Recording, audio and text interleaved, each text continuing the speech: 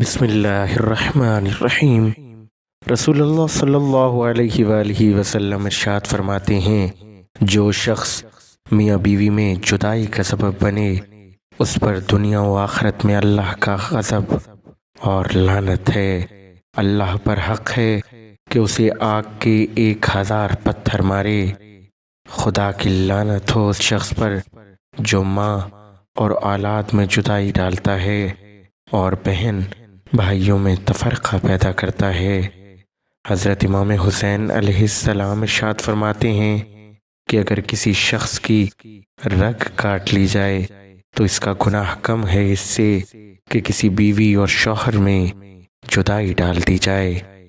امام جعفر صادق علیہ السلام ارشاد فرماتے ہیں کہ اللہ تعالیٰ اس گھر کو دوست رکھتا ہے جہاں شادی انجام پائے، اور اس گھر کو ناپسند کرتا ہے جہاں طلاق دی جائے۔